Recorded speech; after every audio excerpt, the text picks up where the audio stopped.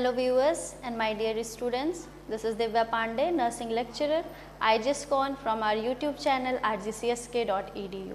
Today I am here to tell you about a very informative and insightful topic which is going to come in our YouTube channel on coming Tuesday 12th May 2026 at sharp 11 am.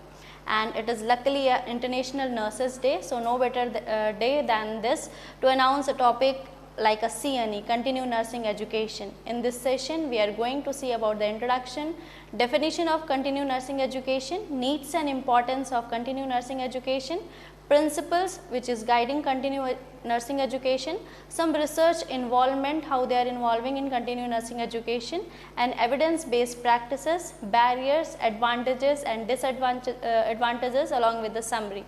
So this session is going to be very informative for all the academic sides of the nurses and the hospital side as well, because in this we are also going to see about the types, like how it is involved in the hospital area, how it is involved in the academic area.